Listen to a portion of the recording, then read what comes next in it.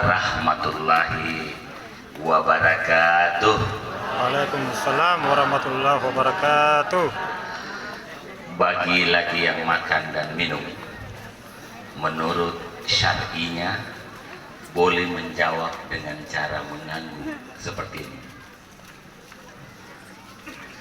Alhamdulillahirabbil alamin.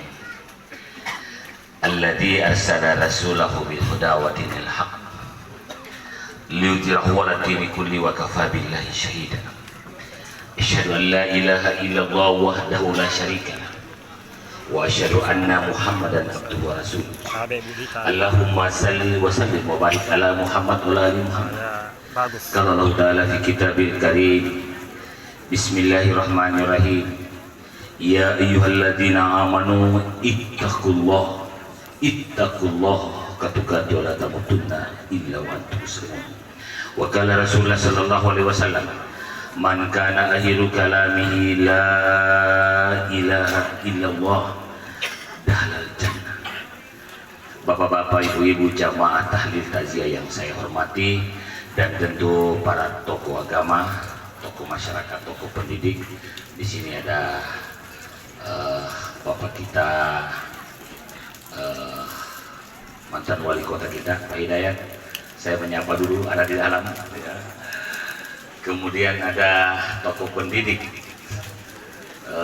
Ustadz kita, sahabat saya, Haji Ramdan Tapadio.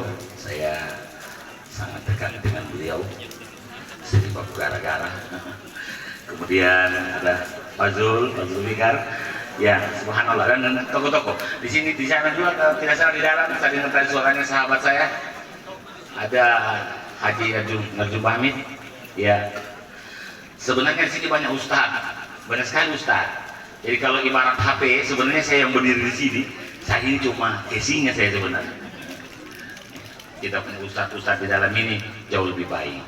Tapi kebetulan saya yang dihubungi, alhamdulillah saya melaksanakan amanah itu. Dan orang-orang tua saya yang sungguh semuanya sangat saya muliakan, yang insya Allah semoga kita semua yang hadir pada malam hari ini, insya Allah semoga semuanya mendapat rahmat dari Allah Subhanahu Wa Taala.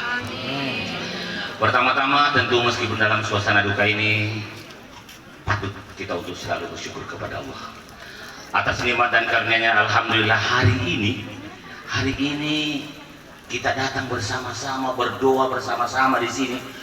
Nadia pun kita ini banyak betul gitu orang ini. Saya jarang-jarang saya di BTN ini ceramah banyak begini orang. Ini menunjukkan bahwa insya Allah almarhum ini adalah orang yang baik. Insya Allah. Berdoa bersama-sama, dan itu artinya minimal sekali dosa almarhum yang berhubungan dengan interaksi dengan kita ini, dengan keridaan bapak-bapak, ibu-ibu, insya Allah minimal sekali dosa almarhum yang berhubungan dengan interaksi dengan kita ini, insya Allah diampuni oleh Allah Subhanahu Wa Taala. Salawat dan salam kepada junjungan Nabi besar kita Rasulullah Sallallahu Alaihi Wasallam yang telah mengantarkan kita untuk mengenal dinul Islam, berjuang dengan seluruh jiwa, raga, harta benda, tetesan keringat, bahkan tetesan darah beliau, sehingga alhamdulillah sampai juga Islam itu kepada kita, di mana salah satu ajaran Nabi tentang keislaman ini mengajarkan kepada kita bahwa ternyata setelah kehidupan dunia kadang-kadang menggiurkan ini, kadang-kadang menggelapkan mata ini, kadang-kadang membuat kita orang ini lupa diri. Ternyata ada kehidupan yang lebih menjanjikan, ada kehidupan yang lebih abadi, yaitu kehidupan akhirat. Yang mau atau tidak mau, suka atau tidak suka, rela atau terpaksa, siap atau tidak siap, kematian itu pasti datang. Kullu nafsin dha'iqatul maut, setiap yang bernyawa pasti mati. Jadi tidak usah ada yang punya cita-cita untuk tidak mau mati. Seperti biasanya saya kalau masuk ke acara begini, tahlil takziah begini, begitu saya parkir kendaraan, saya masuk di tenda, masuk di rumah, biasanya langsung saya tatap-tatap seluruh wajah-wajah yang ada. Kenapa? Jangan-jangan ada yang mau menyusul. Pasti kita semua mau menyusul, cuma tidak ditahu kapan dan di mana. Cuma kalau saya bilang ada yang mau menyusul, biasanya yang muda-muda langsung cepat-cepat dia tengok-tengok yang putih-putih rambutnya. Maaf ayahanda bunda yang putih rambutnya, belum tentu yang putih rambutnya dulu meninggal. Orang itu mati, orang itu meninggal bukan karena dia sudah tua, tidak. Bukan juga karena dia sakit-sakitan, tidak. Tapi orang itu meninggal karena memang sudah ajalnya. Ada orang berbulan-bulan sakit, bahkan bertahun-tahun sakit, tidak mati, tidak mati. Ada juga orang tidak sakit, dia tidak sakit, badannya gemuk besar. Hati-hati yang gemuk besar. Badannya gemuk besar, baru-baru makan Indomie goreng 2 bungkus. Yang jumbo lagi pakai mata sakit, cuma duduk di kursi, cuma nonton bola saja. Nonton bola antara Prancis lawan Argentina. Pendukung Prancis, opor stay. Tapi malam itu di BTN ini malam itu tidak ada yang opor stay di sini. Ya? Opor 1. Begitu Prancis kalah melalui adu penalti langsung stres berat, tidak lama stop, mati di kursi. Jadi saya himbau kalau ada yang nonton bola tidak usah lagi ada opor stay. Ya, tapi apalagi opor stay di Indonesia sudah kalah. Ya. Bapak-bapak, ibu-ibu yang saya hormati, ada juga orang tidak sakit, begitu langsung meninggal.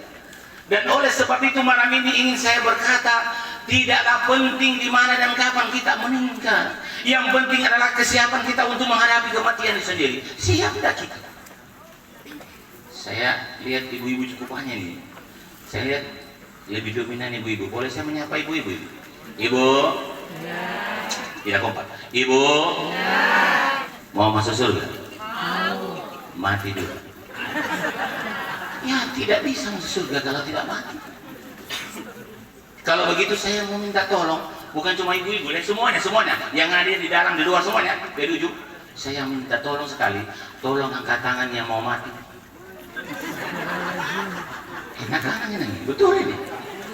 Jangan setengah kopling begini, nanti doakan. Ada satu, cuma satu. Kalau begitu saya mau minta tolong lagi. Tolong angkat tangan yang tidak mau mati. Tidak ada juga. Tabe Budi, tabe. Dari mana? Ustaz, kita ini mau mati semua juga Ustaz. Tapi Ustaz aja dulu. Sekali lagi tidak penting di mana dan kapan kita meninggal, yang penting adalah kesiapan. Itulah sebabnya Rasulullah Sallallahu Alaihi Wasallam bersabda, berbekallah engkau menuju dunia akhiratmu. Dan itu juga hampir setiap hari Jumat kita orang selalu dengar ini ayat. Ini ayat sangat populer. Selalu kita dikasih ingat. Ya ayyuhalladzina amanu ittaqullah katuqatu wa la tamutunna illa wa antum muslimun. Wahai orang-orang yang beriman, bertakwalah kamu kepada Allah sebenar-benar takwa. Wa la tamutunna illa wa antum muslimun. Dan jangan coba-coba mati, jangan coba-coba tinggalkan dunia ini kata Allah sebelum kamu bertakwa, sebelum kamu beragama secara benar. Ustaz, ini mau tanya Ustaz, bagaimana itu beragama bertakwa secara benar?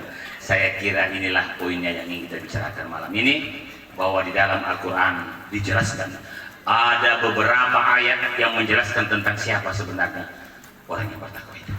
Tapi malam ini karena keterbatasan waktu kita, juga keterbatasan ilmu yang saya miliki, mungkin cuma 1 ayat atau paling tinggilah 2 ayat yang ingin saya bawakan tentang siapa itu orang yang bertakwa.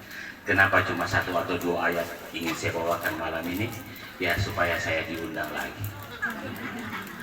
Malam ini saya angkat surat Al-Imran 133, 134. Siapa itu orang bertakwa? Pertama, mudah-mudahan kita termasuk. Ini evaluasi diri, muhasabah, apalagi ini tahun baru Masehi 2023. Kita introspeksi diri.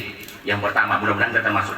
Tandanya orang yang bertakwa yang pertama, ketika dia berbuat salah, ketika dia berbuat dosa, maksiat, segera dia beristighfar, minta ampun dan bertobat kepada Allah.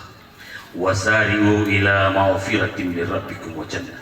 Maka bersegeralah kamu kepada ampunan Tuhanmu dan surganya Allah.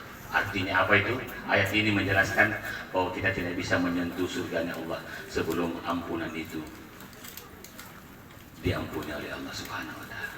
Jadi jangan tunda bertobat. Ini tandanya orang yang bertakwa yang pertama. Mereka yang mensegerakan tobat. Jangan tunda bertobat. Ustadz, jangan dulu bertobat Ustadz, kita ini masih muda, enjoy saja dulu Ustadz, 60 tahun saja baru bertobat Ustadz. Kan dia sudah kira-kira 60 tahun sudah tidak bisa lari, kalau pergi curi ayam pasti ditombak orang. Iya kalau matinya 6, kalau 30, 20, kita tidak pernah tahu ajal ini kapan. Bersegera timbul pertanyaan dari situ, Ustadz, apakah semua nanti dosa ini akan diampuni oleh Allah?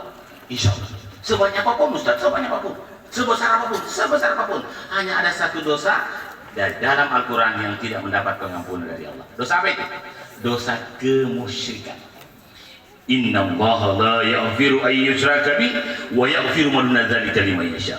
Allah bilang semua dosa saya ampuni kecuali dosa-dosa syirik. Oleh sebab itu, melalui kesempatan ini, begitu banyaknya orang ini, saya menghimbau kepada kita semua, hindarilah amalan-amalan yang nyerempet kepada kemusyrikan. Hindarilah amalan-amalan yang berbau kemusyrikan. Cuma persoalannya, kadang-kadang kita tidak menyadari. Tiap hari kita angkat doa, Iyyaka na'budu wa iyyaka nasta'in. Kepadamu ya Allah saya menyembah, kepadamu ya Allah saya memohon pertolongan. Hilang saja cincinnya langsung lari pergi sama paranormal. Suami bahugil dukun bertindak. Sekarang bukan hugil lagi namanya. Apa namanya yang terbaru, Bu? Oh, udah satu gosip memang. Yang terbaru bukan pelakor. Yang paling baru itu namanya, kalau Pak Zul tahu ini, namanya hugogo. Tahu itu hugogo? Hubungan golak gulita.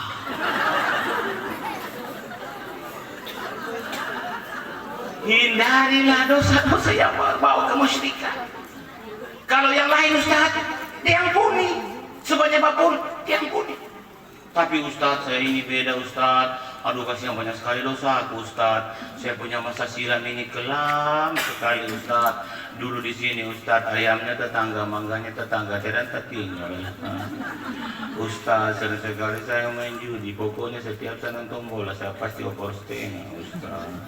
Ustaz, sering juga saya minum Ustaz. Hampir tiap malam saya mabuk Ustaz. Mulai dari topi miring sampai topi lurus, sabun semua. Apakah diampuni? Insya Allah diampuni. Yang terpenting bagi kita mau tidak mensegerakan tobat itu. Tidak ada manusia yang tidak pernah berbuat salah. Semua yang hadir malam ini, saya yakinnya semua pernah berbuat salah dan dosa. Saya yang berdiri di sini, ini kelihatan alim, soleh, mubalik, penceramah. Tunggu dulu. Itu cuma karena Allah masih menutupi saya punya aib. Semua kita. Tapi sekelam apapun, sebanyak apapun dosa kita, hari ini engkau bertobat, engkau pelihara salatmu, engkau jaga akhlakmu kepada kedua orang tuamu, engkau perbaiki hubungan baikmu terhadap sesama, insya Allah surga menanti. Surga menanti. Ini sesuai dengan firman Allah surat Al-Furqan ayat 70. Illa man taba wa amana wa amila amalan salihan fa ulaika yubaddilu lahum hasanatin wa kana Allahu ghafurur rahim. Kata Allah, kalau kau benar-benar bertobat, setelah bertobat engkau tingkatkan kau punya keimanan, setelah engkau tingkatkan kau punya keimanan wa amila amalan salihan, engkau tingkatkan juga amal salehmu. Apa kata Allah? Fa ulaika yubaddilu lahum hasanatin wa kana Allahu ghafurur rahim. Saya tukar semua dosa-dosamu, saya ganti semua maksiatmu itu dengan kebajikan-kebajikan. Wa kana Allahu ghafurur rahim. Karena Allah Maha Pengampun lagi Maha Penyayang. Subhanallah. Bersegera untuk bertobat. Boleh kita lanjut? Remang-remang. Boleh kita lanjut? Boleh.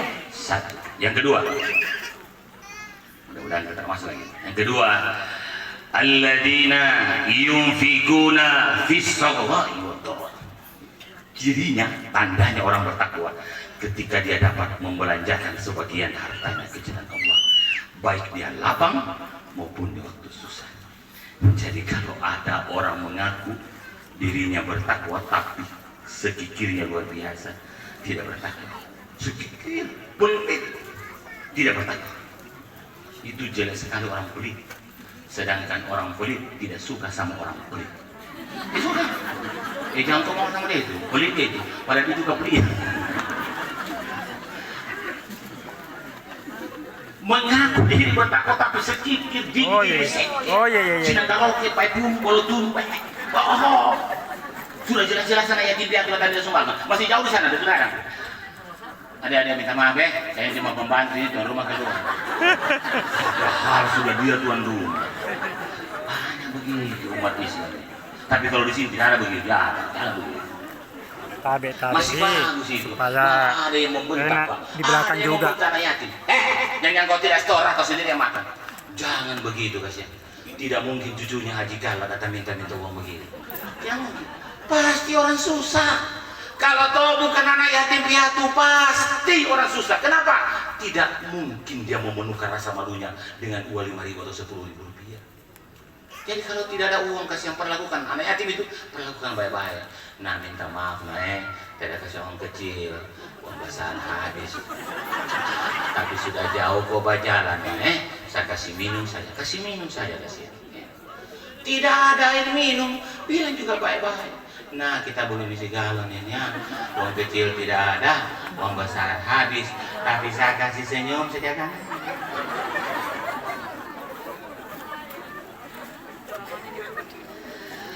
Pernahkah bapak-bapak, ibu-ibu mendengar sebuah cerita?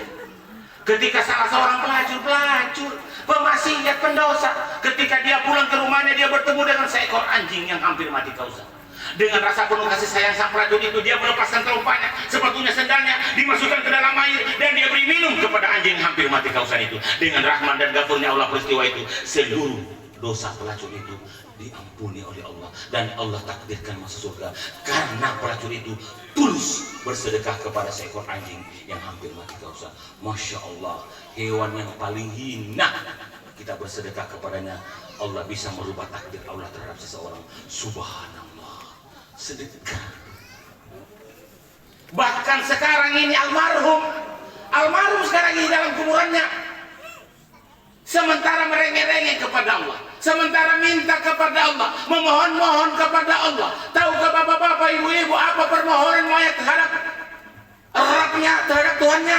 Apa permintaan mayat dalam kuburan? Hanya satu. Apa permintaannya? Rabbi laula akhartani ila ajalin qaribin fasaddaq wa kum minas salihin. Ya Allah, ini perkataan mayat almarhum dalam kuburannya sekarang ini. Apa permintaannya? Ya Allah, kasih saya kesempatan untuk hidup sebentar saja ya Allah, sebentar saja ya Allah. Untuk apa? Bukan untuk berhaji, bukan untuk memperbaiki sholatnya, bukan. Untuk apa? Untuk dia bisa dapat bersedekah. Fasadaka wa kum minas salihin. Sebab ternyata bersedekah itu syarat orang yang soleh. Subhanallah. Sedekah. Dua. Yang ketiga, masih dalam surat Al-Imran ayat 134. Wal gazi minal gaiz. Mereka yang dapat menahan amarah. Mereka yang mempunyai kematangan emosional yang baik. Jadi kalau ada orang mengaku bertakwa, tapi sedikit-sedikit marah, sedikit-sedikit emosi, biar kucing lewat di marah. Banyak begitu. Apalagi ibu-ibu, habis dia kerja ikannya, dia bumbui, dia goreng, dia taruh di atas meja, datang kucing makan. Oh tunggu ngana-ngana lewat kita lapang ngana. Mohon maaf ya, saya sudah sering cerita, berulang-ulang saya cerita ini. Saya pernah dapat pelajaran, dan pelajaran ini tidak bisa saya lupa. Walaupun dari orang Cina, tapi tidak bisa saya lupa. Suatu ketika, sudah sering saya cerita, saya belanja di toko Delta Imam Bonjol, Palu Barat, depan SD 6. Saya belanja sapu lantai. Saya tanya itu orang Cina, Ci, bagaimana caranya disapu supaya tahan dipakai?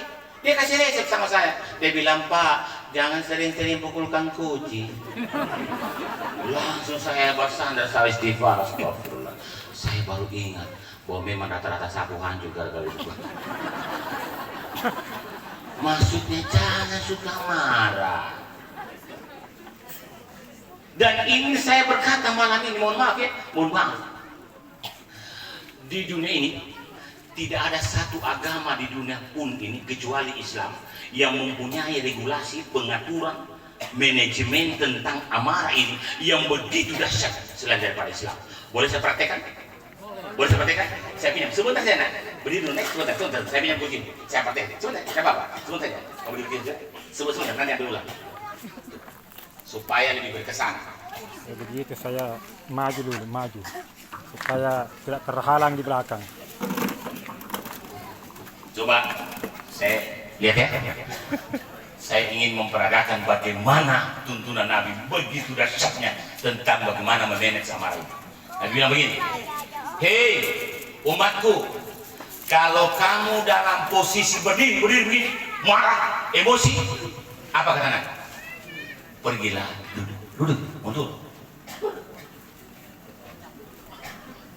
Sudah duduk, masih marah, masih emosi, masih meluap-luap, apa kata Nabi? Pergilah berbaring, tidur. Tapi minta maaf, saya tidak bisa tidur. Sudah tidur, masih marah, masih meluap-luap, masih emosi. Apa kata Nabi? Pergilah berwudu. Coba, oh rapi betul. Sudah berwudu, masih marah, masih emosi. Apa kata Nabi?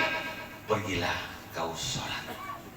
Masya Allah, indahnya ajaran Islam ini. Cuma kita ini orang Muslim, orang Islam yang tak balik-balik mengamalkannya. Tak balik-balik kita mengamalkannya. Nabi bilang kalau berdiri marah, duduk. Kita tak balik. Sementara duduk marah, langsung berdiri melawan kamu.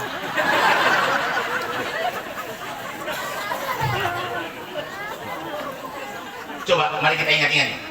Mari kita melakukannya. Tak balik kita melakukannya. Coba. Dan ingin pula saya berkata malam ini, dalam hubungannya dengan pembinaan emosional ini, mulailah dalam kehidupan rumah tangga masing-masing. Jangan terlalu banyak berharap negara ini, bangsa ini, daerah ini akan damai, penuh kasih sayang. Kalau di rumah tangga masing-masing sudah hancur-hancuran, sedikit piring terbang, sedikit sendok terbang, banyak orang di rumahnya begitu. Rumahnya dia bikin seperti kebun binatang. Sedikit anjing, tadi, setan. Anaknya kasih yang baru pulang dari sekolah, terima rapor, lapor baik-baik. Mama, tadi mama saya matematika dapat 5. Bodoh memang kita sama dengan bapak. Karena ada kata-kata yang lebih baik, lebih mendidik, lebih edukatif. Misalnya contoh-contoh, saya kasih juga contoh. Mama, tadi mama saya matematika dapat 5. Oh, bagus itu nah. Dulu mama dapat 3. Karena mama belajar, mama bisa dapat 7. Kalau kau belajar, kau bisa dapat 9. Keren. Ini tidak bawa sama dengan bapak. Masih emosi, masih sumpurara, datang juga suaminya. Mama, bikin kopi dulu deh. Bikin sendiri saya sebesar. Allahu Akbar. Kadang-kadang dia bikinkan juga kopi, suaminya tidak ikhlas. Dia tidak masak. Dia cuma tindih dispenser. Baru 70 derajat dia sudah siram kopi. Akhirnya ampasnya naik semua. Begitu suaminya minum, lengket semua di kumis. Dari semua suami di warkop sana. Sama awen 300 derajat, mendidih terusah. Nah rasa pakai susu lagi. Jangan marah. Dan kita ini orang tua harus menjadi role model. Kasih contoh sama anak-anak. Jangan berharap anak-anak kita itu mau berkata lembut sementara kita kasarnya luar biasa. Jangan berharap anak-anak kita itu mau jujur sementara kita orang ini satu hari 17 kali bohong. Halo, di mana ini Le? Saya sudah di jalan ini. Baru mandi. OTW. Allahu Akbar. Kasih contoh tentang kelembutan itu. Mohon maaf bapak-bapak ya, bukan sebuah keriaan. Saya minta maaf Le, bukan sebuah keriaan ya. Semoga ini bisa menjadi inspirasi saja lah. Bahwa jadi ada saksi di sini, ada Pak Zul, saya punya anak semua lulus SMA 1. Perlu diketahui bahwa saya itu punya istri ada 4 anaknya. Ada yang protes tadi. Saya ulangnya supaya tidak salah paham lagi, jangan lagi salah paham saja. Saya itu punya istri ada 4 anaknya. Bukan istri saya angkat. Tapi demi Allah, meskipun laki-laki semua, sampai hari ini mereka semua sudah sarjana, mereka semua sudah kerja, sampai hari ini demi Allah tidak pernah saya lihat anakku itu bertengkar. Tidak pernah. Jangankan berkelahi, baku maki-maki pun tidak pernah. Tidak pernah. Karena saya mendidiknya dengan penuh bagi memberi contoh. Biar kita orang yang bertengkar, kasihan di suami, namanya suami istri pasti lah pernah berselisih atau bertengkar, tapi cukup dalam kamar lah. Begitu keluar kamar ketemu anak, semuanya dua-dua senyum. Dua-dua senyum. Begitu pikir baru aku mau apa gimana? Kasih contoh sama anak-anak. Betul ini. Semua anak-anak saya itu semua tidak pernah mereka berkelahi. Padahal kalau mau dipikir 4 laki-laki. 1 di Cirebon, 1 di Semarang, 1 di Jakarta, 1 di Makassar. Ustaz, tidak bakalan emang tidak ketemu Ustaz. Waktu kecil kan ketemu. Kasih contoh. Coba saya kasih ilustrasi yang mau. Masih boleh tambah-tambah sedikit ini? Boleh tambah? Boleh, bentar. Saya kasih ilustrasi ya. Bapak ibu-ibu, saya yakin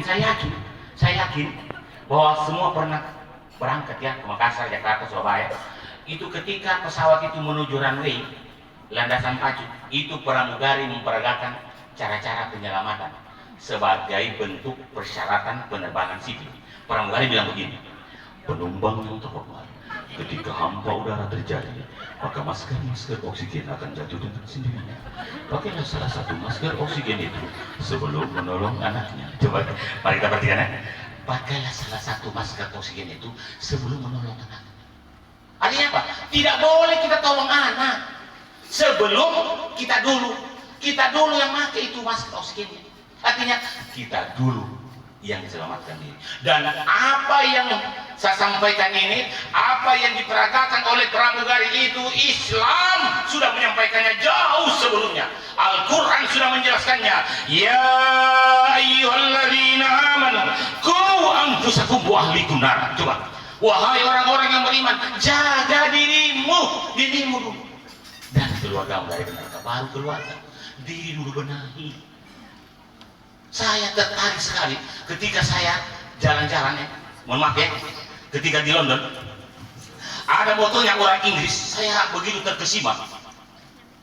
Orang Inggris bilang begini, orang Islam di Inggris bilang begini, leader is not the way, in goes to the way. Jadi saya sengaja pakai bahasa Inggris supaya dibilang baca sama bagus. Leader is not the way, in goes to the way. Pemimpin, orang tua, guru itu tahu jalan. Dia tahu jalan, tapi dia juga berada pada jalan itu. Artinya ketika orang tuanya berkata, nah kamu harus jujur, yang pertama-tama jujur.